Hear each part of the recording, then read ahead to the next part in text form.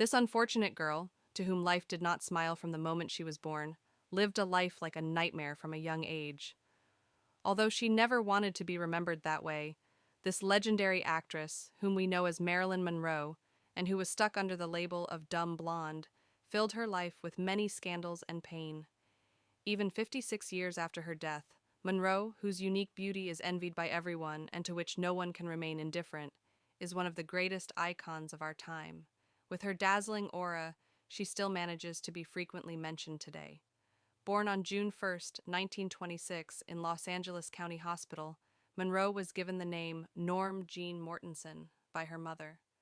This name would be changed to Marilyn Monroe during her time working with 20th Century Fox because it was long and difficult to pronounce. There were various speculations about who her father was. According to some, it was Charles Stanley Gifford, with whom her mother worked at RKO Studios at the time. According to others, it was Martin Edward Mortensen, her mother's second husband, who was little Norma Jean's father. With her mother, Gladys Pearl Baker, being diagnosed with schizophrenia, the real life for Norma Jean was about to begin. After her mother was hospitalized, she spent her childhood in orphanages and with foster families. Norma Jean spent her childhood with the pressures and abuse she experienced while staying with foster families.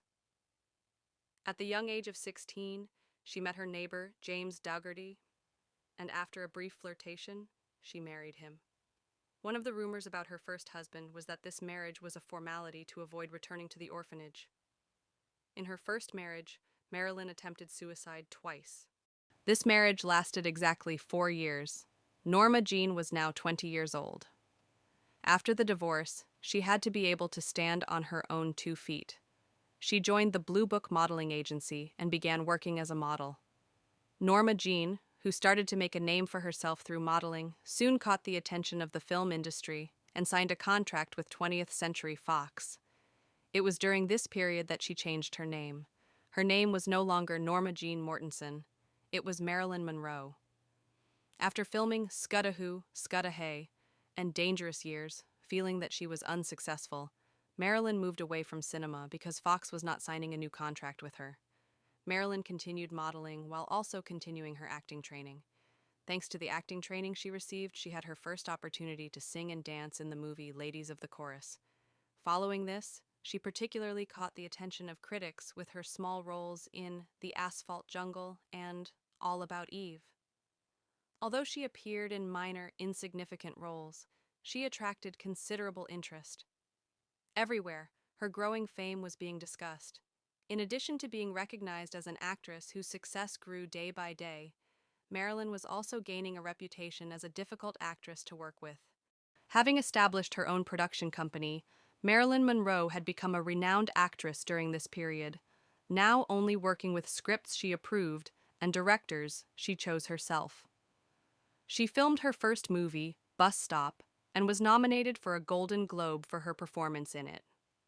Marilyn, filled with the excellent praise she received, went to London with her husband, Arthur Miller. In 1959, Some Like It Hot, directed by Billy Wilder, became the most successful and popular film of Monroe's career. Monroe was awarded a Golden Globe for her acting in this movie. However, the events on the other side of the coin were not so cheerful. Everything was slowly coming to light, revealing itself with a terribly disturbing glare. Marilyn had again started to consistently arrive late to the set, forget her lines, and even occasionally refuse to participate in filming. This situation caused major arguments between her and the director. While filming continued, Marilyn Monroe realized she was pregnant, but she miscarried after the film was completed. This affected her deeply. Her 6-year marriage to Arthur Miller came to an end. Marilyn could not bear the pain of being apart from Arthur. Everything she had carried within her since childhood began to surface. Unable to cope with these turbulences in her career and personal life, Marilyn Monroe underwent treatment in a psychiatric clinic for a short period. Thanks to the acting training she received, she had her first opportunity to sing and dance in the movie Ladies of the Chorus. Following this, she particularly caught the attention of critics with her small roles in The Asphalt Jungle and All About Eve. Although she appeared in minor, insignificant roles, she attracted considerable interest. Everywhere her growing fame was being discussed. In addition to being recognized as an actress whose success grew day by day, Marilyn was also gaining a reputation as a difficult actress to work with. She would forget her lines, arrive late to sets, or not show up at all. The barbiturates and amphetamines she used for insomnia and anxiety had made her unbearable. Her stage fright, insecurity, and, despite these, her perfectionist nature manifested themselves on film sets. The cause of these contradictions was, of course, the drugs she used. She married baseball star Joe DiMaggio, with whom she had been in a long-term relationship. However, this marriage also lasted only 9 months.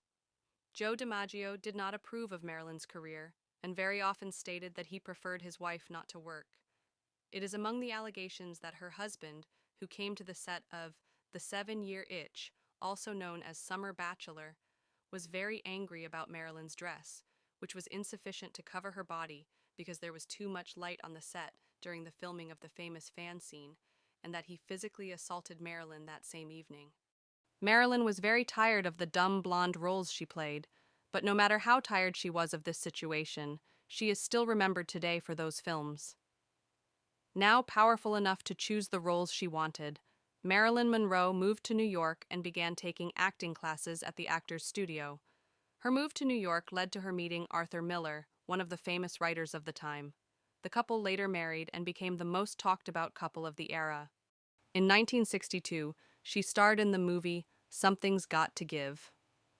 It was also during this period that rumors of an affair between her and J.F. Kennedy began to circulate. Marilyn Monroe's mental state deteriorated significantly during these times. Following her death, the autopsy results declared the cause of death as probable suicide due to a high dose of barbiturates.